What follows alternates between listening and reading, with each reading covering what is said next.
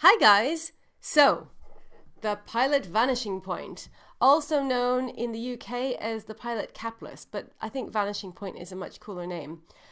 So, how did I end up with one of these? Somebody mentioned it to me a while ago. I'd kind of vaguely heard of them, but being a fountain pen beginner, I didn't pay much attention because there's so many different names of fountain pens.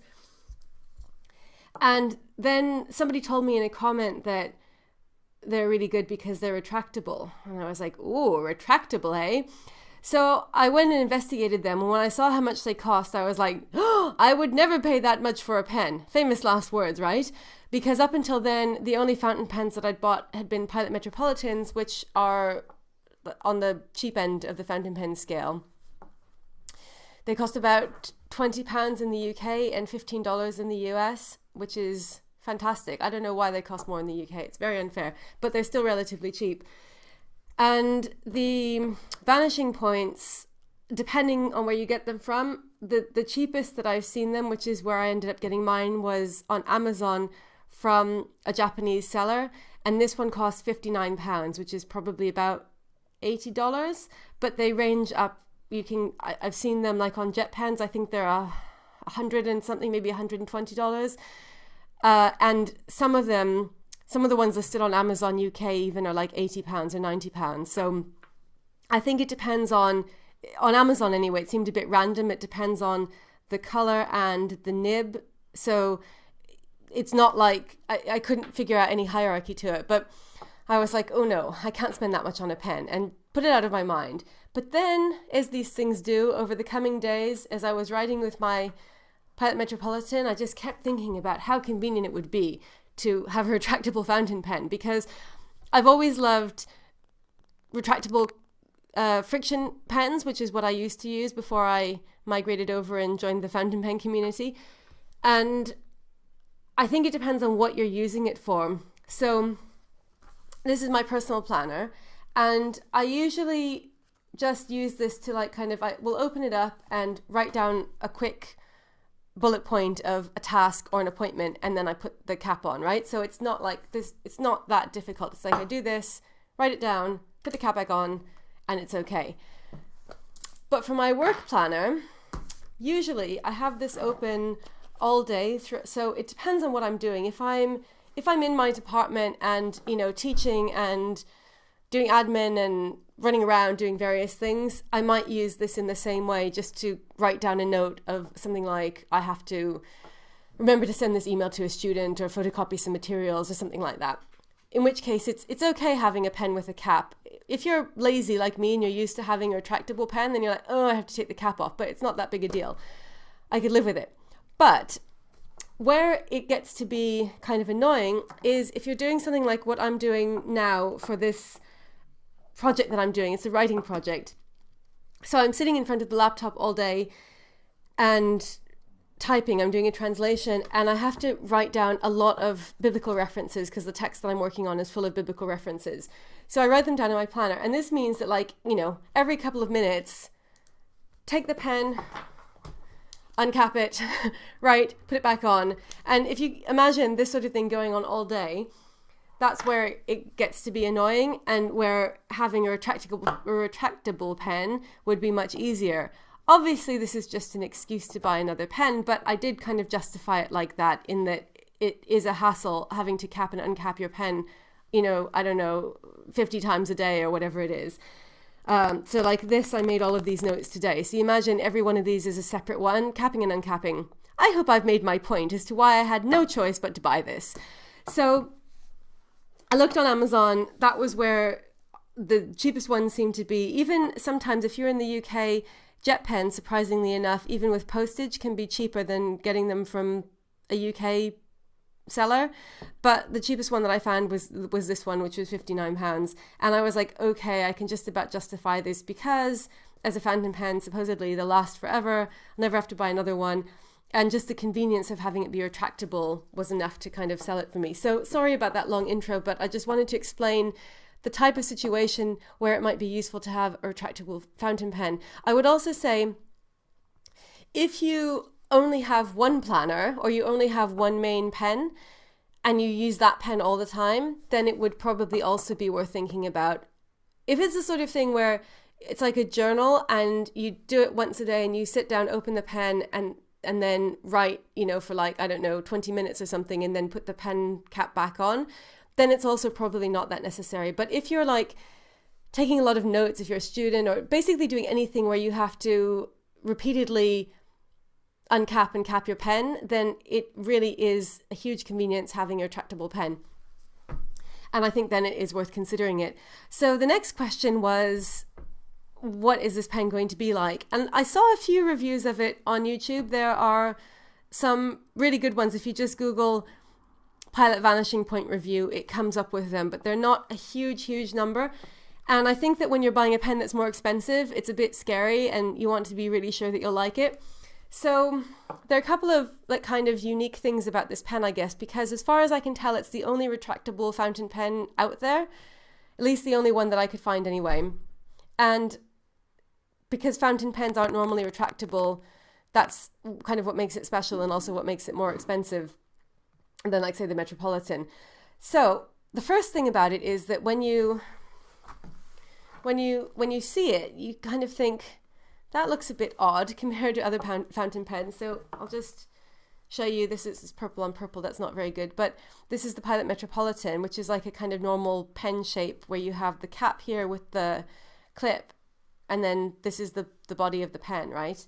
And you write with it like that. And then you put the pen cap back on. Whereas this one is like the opposite. It's like an upside down pen. So you have the click mechanism here. And it's kind of long. It's quite long compared to click mechanisms on other pens, non-fountain pens. Usually there's just a little bit at the top. So this is like quite a lot of it is taken up by the click mechanism. And then where the clip is, so you'd think that the pen would kind of be like this, that this would be the top of the pen, and then you'd go to write with it like that. And then you're like, oh, wait, that's not how it works. It's upside down. So the point is actually here. And the clip is designed so that when you're not using it, like if you want to clip it to a pen loop or something, it goes like that. And that's so that, obviously, because it's got liquid ink inside it, so that it's upright and not facing downwards, like in the pen loop in your pocket, so that it minimizes the danger of spills. There is a shutter on this, so it's not like it's just completely open and the ink could just like drip out of it. There is some kind of ingenious mechanism, apparently. I can't really understand how it works, but there is something in here. There's like a shutter that closes when it's not being used. But I guess because it's liquid ink, it's just a kind of extra measure of precaution. So you end up with this like kind of odd look, which didn't bother me. I was just like, that's kind of odd, but it's retractable, so okay. I think probably because the overall shape is pleasing and looks like a normal pen shape, the fact that it's like upside down, I could live with that. But the other thing that is an issue is that because of this, that means that this clip is where you'll be writing. And apparently, according to the other reviews I've seen on YouTube, this is kind of like a Marmite sort of you either love it or hate it type of thing. I think a good way to see whether or not you think you'd be the sort of person who'd love it or hate it is to kind of just imagine, if you take an ordinary pen, it doesn't have to be a fountain pen, this is a fountain pen, but it could be any pen with a clip, and kind of imagine like trying to write like this, upside down, holding the clip, and see whether you like that or not. That will give you a very good idea of what it's like writing with this. You're basically just writing with the clip here. I saw a tip on a blog, which was really helpful. And that was that it's actually useful having this clip here because it instantly allows you to know what the right writing position is when you pick it up without having to look at it. So normally with a fountain pen, something that took me a while to get used to compared to writing with gel pens and ballpoint pens is that you can like kind of only write in one position. The nib is a point, and so there's like if you pick it up here, it's going to be backwards and it won't write very well. Or like sometimes if you write on the side, it doesn't work well. You have to have the nib facing forwards. So you kind of have to look at it to see where the nib is, if that makes sense, before you start writing. Whereas with this one, because you've got this clip, the clip is aligned with the front of the nib. So if you pick it up and your fingers are on here, that means that you're automatically in the right position for writing. And I found that really helpful. And so since then, I've actually really liked having this clip because it means that it's like telling me this is where your fingers need to be for it to write properly. Another thing about it is that it can also help you to grip. So if you're holding it, depends on how you hold the pen. I don't know, I'm left-handed and maybe I hold the pen oddly, but this is how I hold the pen. And I don't find that it gets in the way at all. And in fact, it's quite nice having it there. So I think if all pens were designed like this, I would be totally happy and I wouldn't think anything of it. But it's just that it kind of looks backwards or upside down from what you're expecting, which can be a bit like, ah. So those I think are the main issues with how it looks. In terms of the design and the colors, I really like the design because I think other than the, backwardness, it looks like what I would expect from a Pilot pen. It looks nice and sleek and rounded, and I really like this. This is just a personal thing compared to the Lamis, which seem to be the other popular like kind of starter range of fountain pens.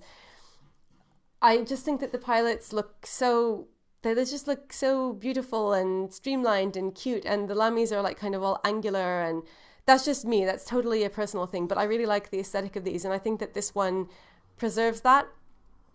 As for the colors, this was the only color that I liked of the Vanishing Point. Sadly, they don't come in this kind of vibrant purple like the Metropolitan does, or any of the like kind of cool colors that the Metropolitan comes in.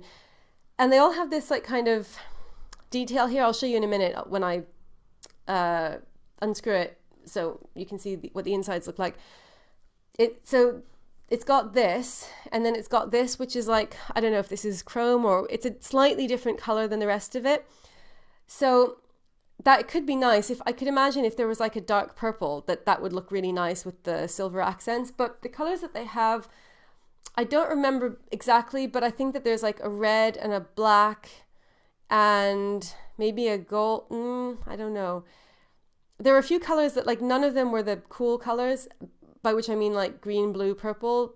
They weren't any of the colors that I naturally gravitate towards. And then to make matters more complicated, they've also come out with a like kind of slimline version called the Decimo, which is apparently the same, but it's thinner and lighter. This I don't feel is too heavy. I guess it's a bit heavier than the Metropolitan. Just comparing them both, I think it is a bit heavier, but it's not noticeable. I don't feel like, oh, it's so heavy to write with. It feels like a totally normal pen. And it also doesn't feel too thick to me. I was originally going to get the Decimo because I just like the thought of a bit of, kind of more slimline pen. But they were more expensive. I couldn't find any for under, I think maybe 85 or 90 pounds on Amazon. And so I decided just to go for the standard Vanishing Point.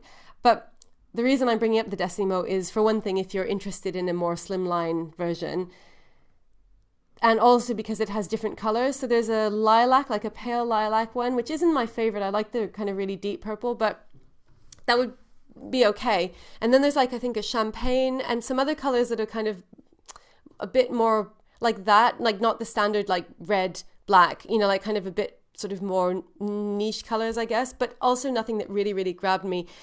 And in the end, I just decided that silver was the safest because you really can't go wrong with that. So that was how I ended up with this.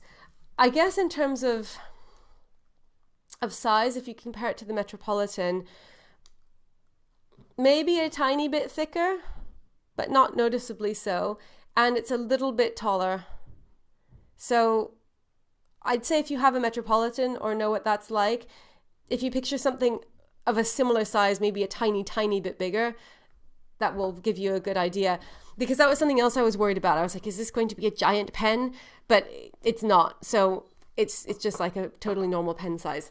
So moving on from that, in terms of using it, when I first got it, it does come with instructions. It comes in a box, which I don't have with me. I've kept it and I'm storing extra Doki book discs in it. But it's a box. It's like a plastic box. It's okay. It's worth keeping, but it's nothing like, wow, which I don't care about.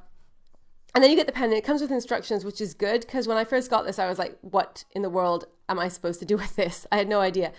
So after I figured out how to, I don't know what the word is, the opposite of retract, open it, you just press down on it. It's really easy. It makes a satisfying click. I kind of feel like because it's a fountain pen that I should be all like kind of careful and delicate with it and then I'm going to break it, but like it seems fine. And then you get the nib. So I'll show you again how the nib comes out like that. And the nib is much smaller than the nib on like a Pilot Metropolitan or like any kind of a sort of, I guess, normal standard fountain pen. If you can compare these, I'm not sure how well that will pick up, but only this very end point here is the nib on the Vanishing Point, whereas opposed to all of this. And I read on a blog again, there's more information on these on blogs, and I read on a blog that like people think that this is ugly.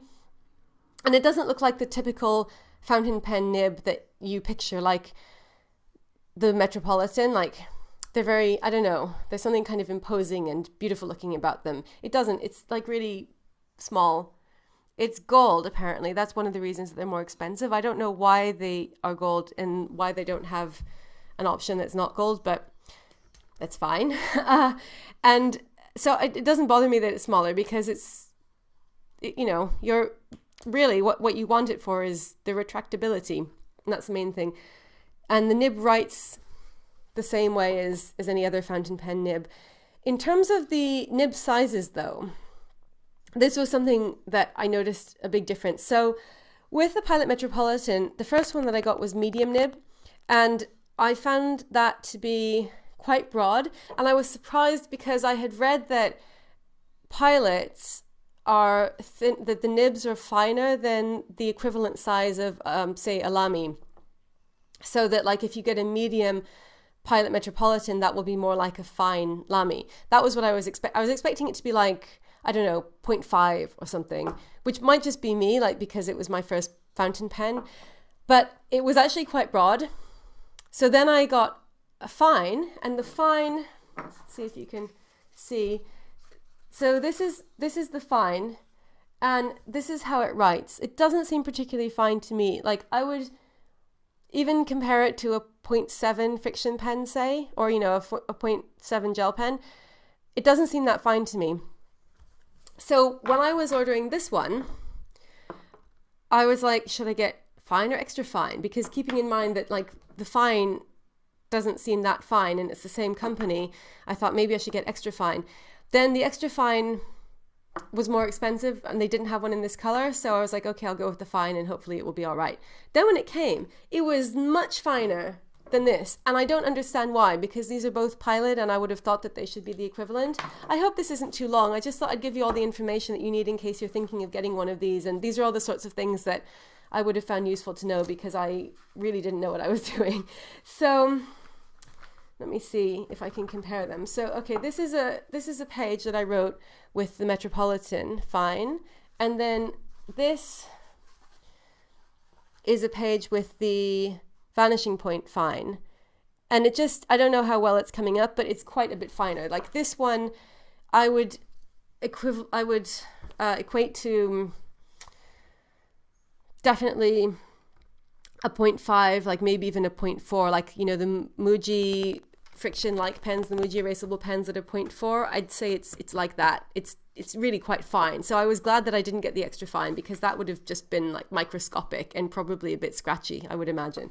So I'd say unless this was just like some kind of a weird one-off and I got like a bizarre rogue fine that's really an extra fine, I would say go with the fine, unless you like, you know, tiny minute writing, or you're illustrating like miniatures or something,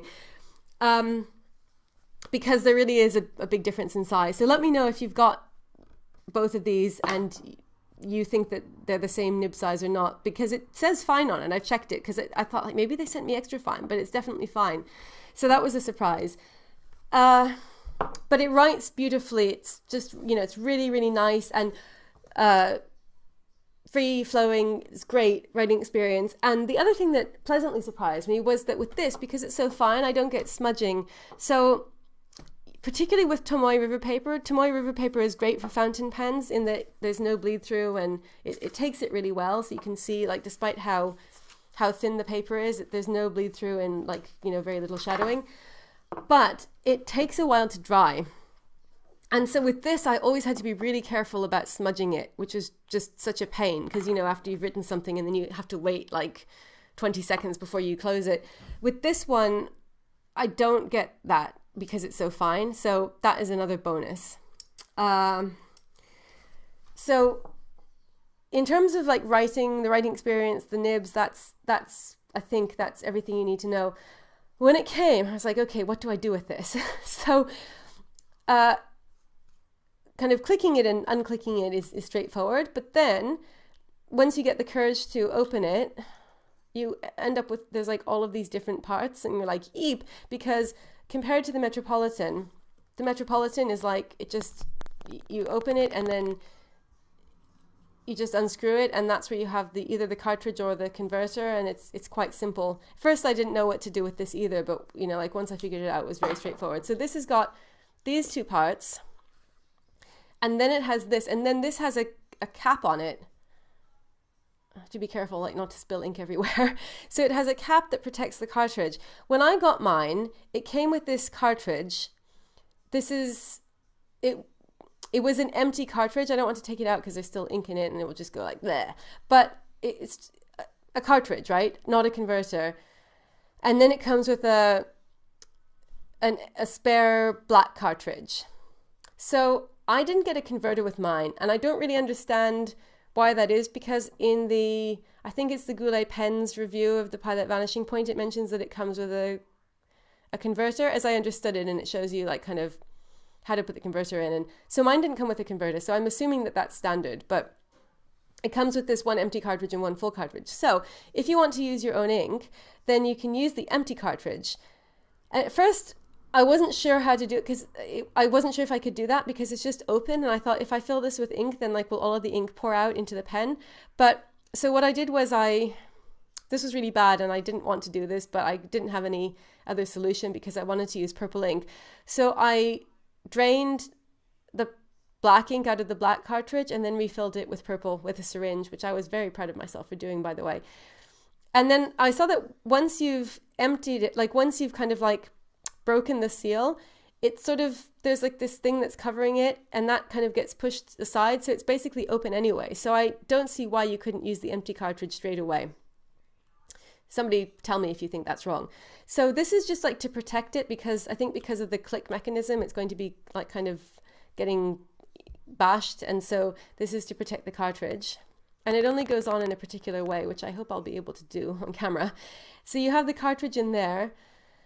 And then you have, this is the nib. So you put that on. Then, let me hope I can do this again as well. This is where it gets complicated. Okay, so then if you want to put this back on, you put it on like that, and then you have to, let's see. You see how complicated this is compared to another pen? There, you have to like kind of get it slotted into the right place so that it will move back and forth, and then you like kind of hold it down and twist, and then it's all back together. That's a relief. So that was a bit scary for a moment, but this is exactly what it's like when you get it and you're like, how do I get this to work and not break it? So it was very scary because I opened it, took it all apart. I had all of those pieces out on the table, and I was like, what if I can't get it back together? So I hope that that was helpful for someone. If you've never had one of these before and you want to get one, like, just don't worry. It is not that easy to break in my experience, but you just kind of have to not panic. So I would say this is a really, really good investment if you use your fountain pen a lot and you have to open and close it, because that's exactly what it's for. I've heard some people say that the clicking sound is louder than you would get with like a gel or a ballpoint retractable pen. I haven't noticed it, like I don't think if I hadn't heard that comment, I don't think I would have picked up on that. Maybe a bit louder, but it's fine and it's very satisfying. So yeah, I think that in terms of performance and quality, it's great. The aesthetic thing, it doesn't bother me that it's upside down. I would say, like, again, try it out. If you're not sure if you like it, just try kind of imagine writing with a pen upside down, and then you'll know whether it's for you or not. But I found it really easy to get used to once I got over the kind of complicated mechanical side of it, and now I'm not scared of it at all. And it has been a godsend because I've like written so much, and every time I've thought, I'm so happy I don't have to uncap the pen. I shouldn't say this, but I don't think I would get another one, because I feel like for my other planners, I don't write often enough that it really bothers me. But for this, it's definitely been a good investment. So I hope that was helpful, particularly if you're kind of considering getting one and you sort of wanted to know more about what's in store for you and whether it's worth it. Let me know if you have any questions. As always, thank you so much for watching, and I'll see you again soon.